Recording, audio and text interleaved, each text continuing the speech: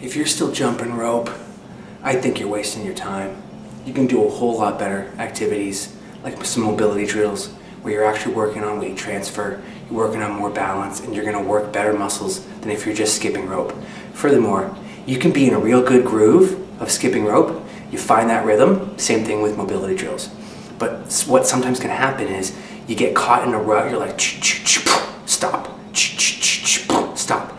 If the latency after failures of skipping rope bothers you, the quick answer is, we'll get better at skipping rope. You know what, that's a stupid answer. There's going to be latency in between skipping rope, and that gets in the way of you doing exercises. It's the difference between a med ball slam and doing battle ropes. Battle ropes, there's consistent tension on the line. Med ball slams, you gotta slam it, then you gotta go over, you gotta pick it up. If the ball rolls away from you, that's what I'm talking about latency. Latency for skipping rope sucks because it gets in the way of your rhythm and it stops you from keeping your exercise going. When you've got mobility drills, there is no latency. You're just doing the drills. Anyways, the house can be quiet. Your kids could be asleep. You could be down here with your headphones on and banging out a workout that's whisper quiet, okay? I'm gonna keep the sound on while I'm doing my exercise. What we're gonna do is I'm gonna show you a skip rope alternative, and then I'm gonna do like little tests you can keep to yourself, okay? The first test is gonna be in, out, out. In, out, out, and I'm gonna go to the right, to the left, to the right, and to the left. So that's 4 passes. You gotta understand, every time you do a foot placement, there's body transfer and there's different muscles working. If you were skipping rope, it's basically just this on the balls of your feet.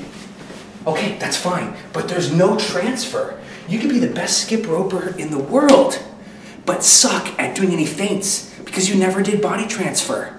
Sure, you can do feints like this, where your head's up in the air, dummy. You want to be able to get down and move.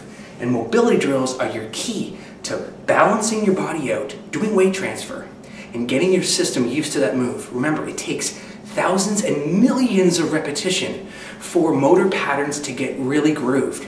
So you want to do as much of that as possible while you're in the middle of your training. Let's get started. Oh, and what you can do is you can time it. You can time your progress. So you just write in your little journal what your time was. And then you can keep track of what your self is, what a baseline is, what a really good exercise was. You can see how you're getting faster and faster. And then you can start making the sets longer. I'm gonna do 6 passes. I'm gonna do 8 passes. I'm gonna do 10 lengths. 10 lengths is gonna be a bear. It's gonna be really wearing you down. But these are just some of the variables that you can play with. How can you play with skipping rope? I'm gonna skip rope for 5 minutes. I'm gonna skip rope for 10 minutes. But today I'm gonna skip rope for 15 minutes. What are you gonna do while you're skipping rope for 10 minutes? That's boring. Okay, so the skipping alternative is a 1, 2, 3. Just remember that cadence. 1, 2, 3. 1, 2, 3. 1, 2, 3. 1, 2, 3. So there's a brief pause after the 1. Okay, so it's not a 1, 2, 3. It's a 1, 2, 3. 1, 2, 3. And after the 1, there's a weight transfer to go 2, 3. Then it goes, so it goes, I'm overthinking this. So I go 1, 2, 3. 1, 2, 3. 1, 2, 3. 1, 2, 3. 1, 2, 3. 1, weight transfer, 2, 3. 1, 2, 3. And when you stitch it all together, okay? 1, 2, 3. 1, 2, 3. 1, 2, 3. 1, 2, 3. 1, 2, 3. Quiet.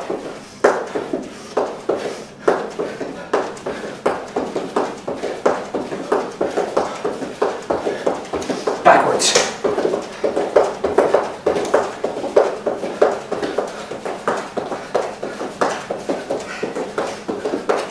If you get out of sync, just go back to base. 1, 2, 3. 1, 2, 3. 1, 2, 3. 1, 2, 3.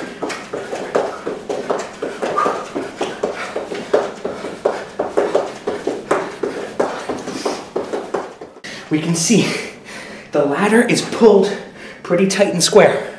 When I'm done the test, if it has left its alignment, it could be a fail, it could be a penalty, it could be whatever you want. Remember, you're in charge of this, but this is just to give you. Remember in Super Mario World, Super Mario Kart, they had that ghost, and that ghost was your best time, and he would be racing, and he's your reference point, and you're like, I'm in front of the ghost. We don't have a ghost in real life, but you got to figure out your time. That time is your ghost. Okay, so the ladder is flat. It's in uniform length. If it's out of its uniform length, that's a penalty. You determine what your penalty is, but you got to be consistent throughout the whole way.